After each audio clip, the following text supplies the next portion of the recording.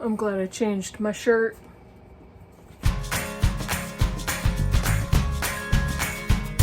Hey BookTube, it's Kim at Middle of the Book March, and this is my Bookish week for Saturday, September 10th.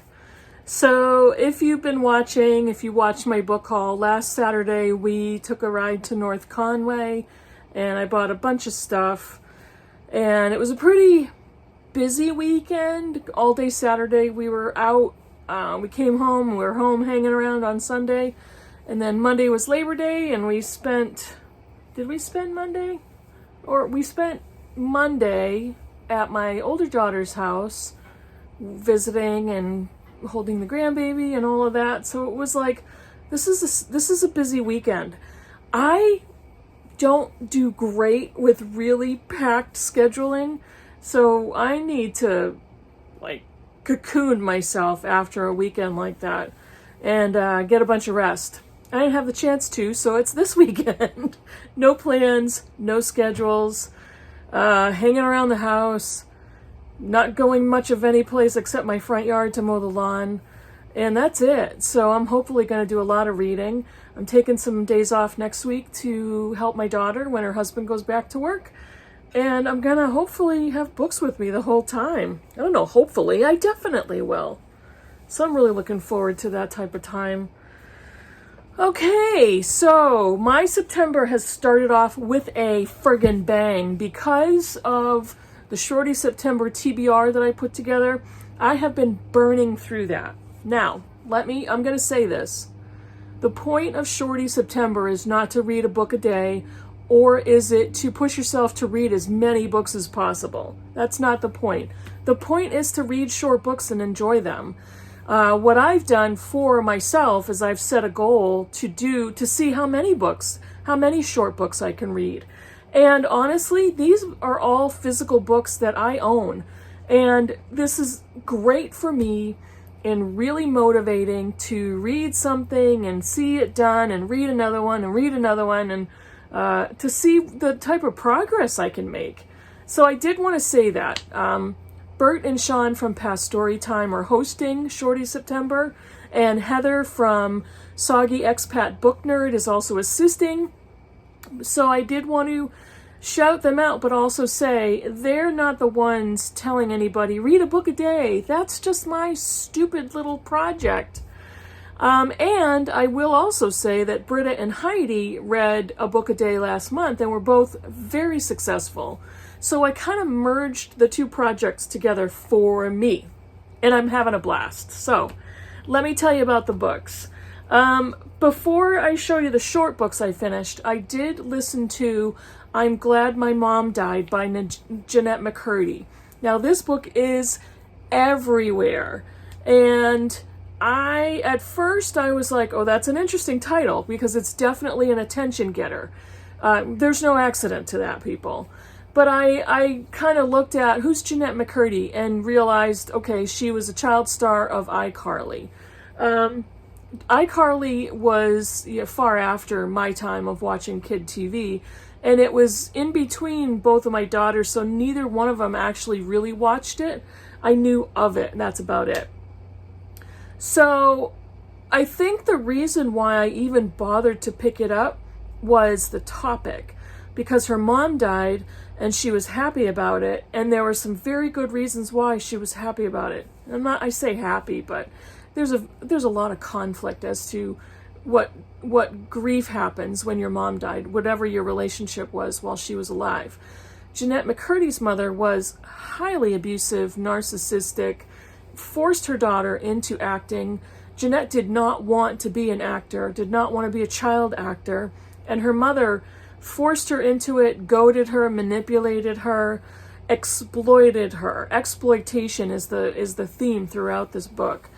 And I was blown away by the content. Jeanette narrates it, and I listened to it on audio. And the things that she went through, the things that her mother did to her, the things that happened in her family, it blew me away. I was like, no wonder this woman, this young woman, is now dealing with the aftermath and the repercussions of her childhood and the death of her mother. She still has family issues that she deals with. She still processes through her own addictions. There are massive triggers throughout the book for parental narcissism, neglect, abuse, exploitation, alcoholism, eating disorders, sexual abuse. They're in there. They're all there. So keep that in mind. I thought it was an exceptionally well done memoir. The only issue I had was her audio. She's reading her own book, but her tone is quite flat and not exactly engaged with her text. However, considering what the text is saying and what she went through, living this story and writing it, she gets a pass. She gets a pass. This is one of those celebrity books or memoirs that the whole time I'm reading it, I'm thinking, I hope she's friggin' making tons of money off of this shit because she deserves to. And I said the same thing with Chanel Miller's book, Know My Name. I want her to be raking in the cash from this book because money does not solve all the world's problems, but let's face it, it makes it a little cushier. So, I definitely would recommend going out and buying that book if you can find it. So now we're on to the shorties. Okay, so far for this week, I finished 5 shorties. And I had one DNF. I DNF'd the autobiography of Red by Anne Carson. This was just too fantastical for me. I am not the audience for this book. Anne Carson is a poet, and that's going to be, like throwing, what's that word? Trying to nail Jell-O to a tree. That's me when it comes to poetry. And I did try this. I did not get very far because I realized right away I did not enjoy this. And this has nothing to do with the quality of the book. It's me. It's not you. It's me. So I DNF'd that one. And I'm going to show you the rest of the books in order of how much I liked them. I was really disappointed in this one. Things I Don't Want to Know by Deborah Levy. This is the first installment in her living autobiography. And this one is supposedly about writing. I don't know. There's a big blurb on the back, and this says, to become a writer, I had to learn to interrupt, to speak up, to speak a little louder, and then to just speak in my own voice, which is not loud at all. This was kind of messy, and I didn't really get what she was trying to say about writing. It's about writing and womanhood. Her books are quite short, and this one is no exception. But it was very messy. She is talking about her childhood. She's talking about her life in South Africa, her emigration to the UK, to Great Britain. Talks about her education in a convent school, how she got into writing, her teenage years, her older years. It was all over the place, but it wasn't making the connections for me. It wasn't smooth at all. And there's a very large portion in the middle. She really wasn't talking about writing at all. And it just, for me, the other parts of her living autobiography were much better for me, much more successful. And I didn't like that one at all. The next one that is up in the roster is Angel and Hannah, a novel in verse by Ishley Yi Park. Ishley Yi Park is a Korean-American author who now lives in Hawaii.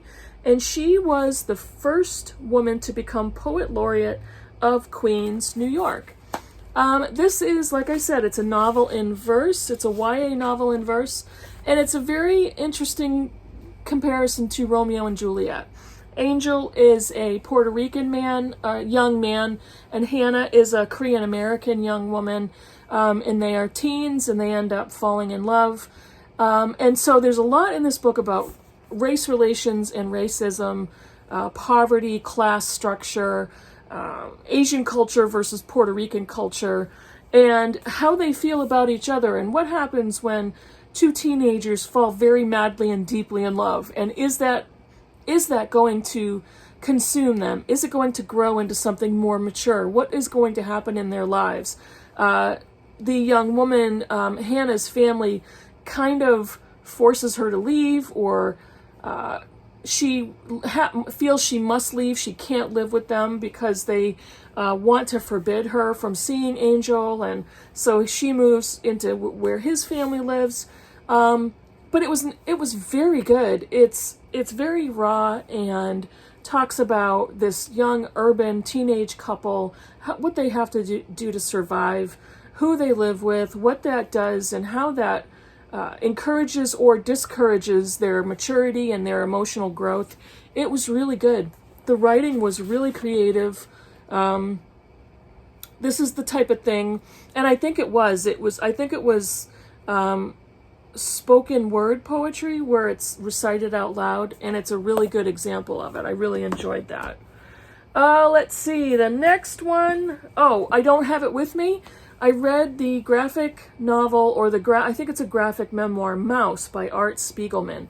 I don't have it with me because I immediately donated it to my daughter's school. Once I was done, I said, I don't need to hold on to this book because I want it in the hands of high school students. And you can see this gap right here. That's where I had my Heartstopper books, volumes 1 through 4. I did the same thing with those. I've read all of them. I love them all. They're not doing anybody any good by sitting in a pile on my bookshelf. I won't read them again, so I donated those to my daughter's school as well. I want those in the hands of students and young people. And her teacher was extremely happy to take them. So I read Mouse, A Survivor's Tale, My Father Bleeds History. This is a very harrowing graphic account of his father's experiences in Nazi Germany and Auschwitz and living in a Jewish ghetto. And I was not sure I wanted to read this book because part of me over the years has been burned out on World War II historical fiction, but this is not historical fiction. And I kept asking myself, am I emotionally prepared to read this book?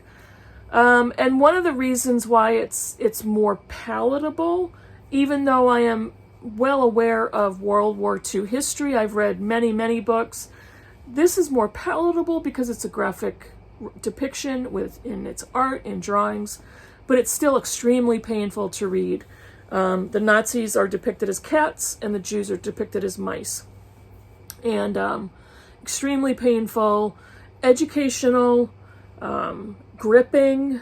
Some of the art is disturbing and bruising to look at, but it's realistic and it needs to be addressed. It needs to be acknowledged.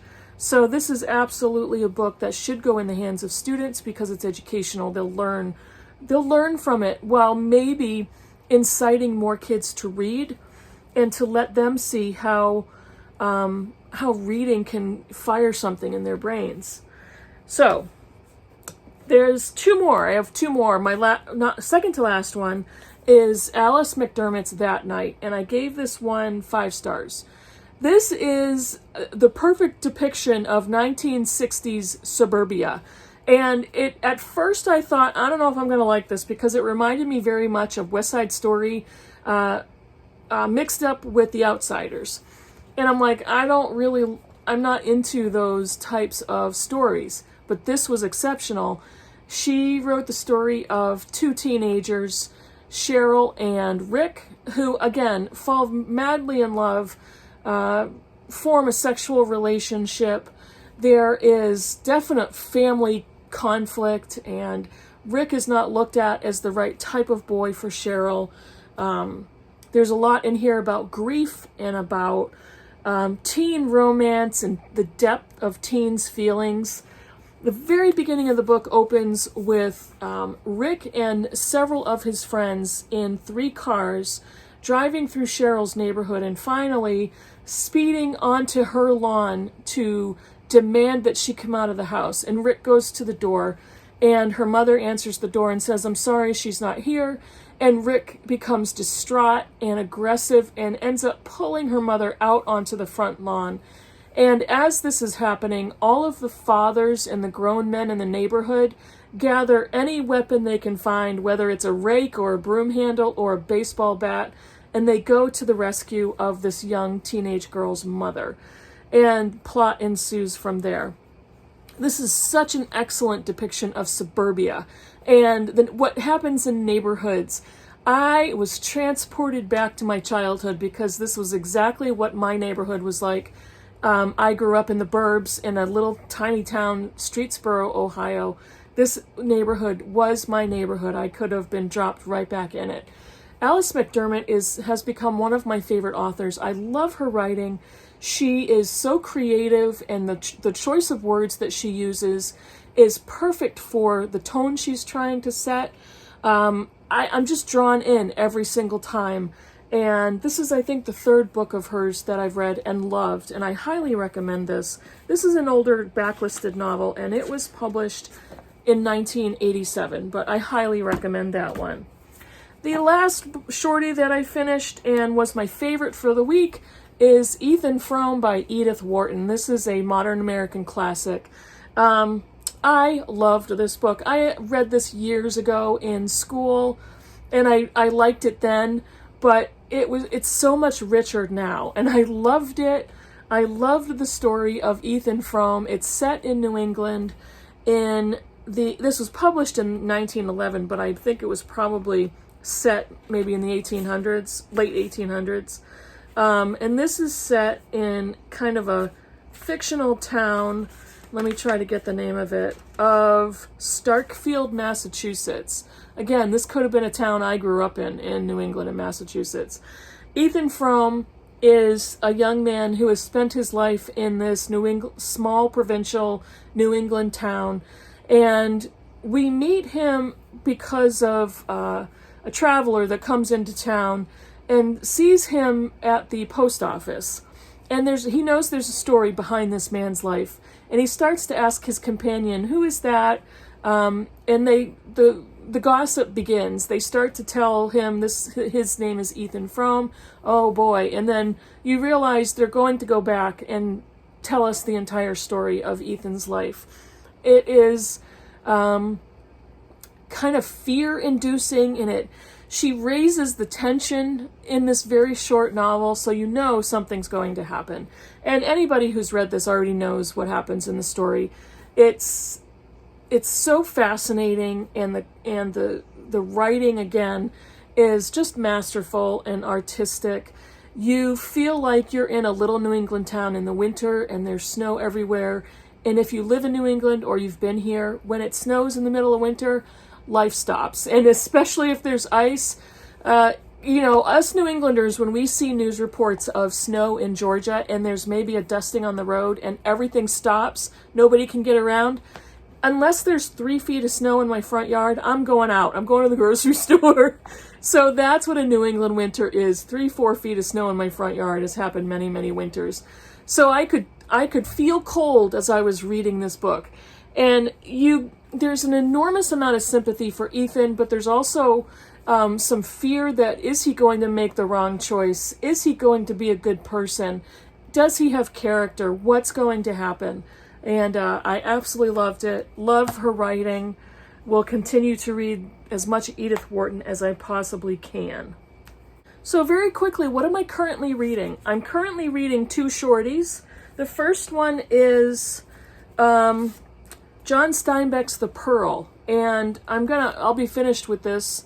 I'm filming this on Friday the 9th. I'll be finished with this probably in another hour.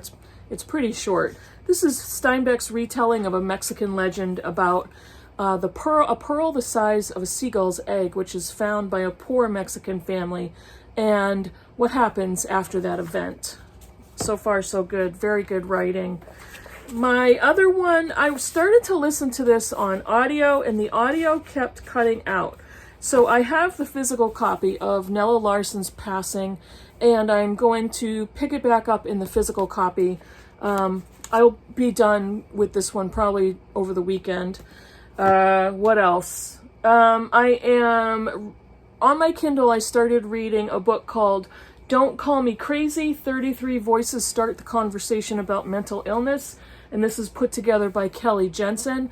And it's basically a set of essays about people living with mental illness or medical professionals talking about mental illness. And it's really good. Great exposure for people to talk about mental illnesses, whether they are living with one or love somebody who is, or simply looking for information. It's very good.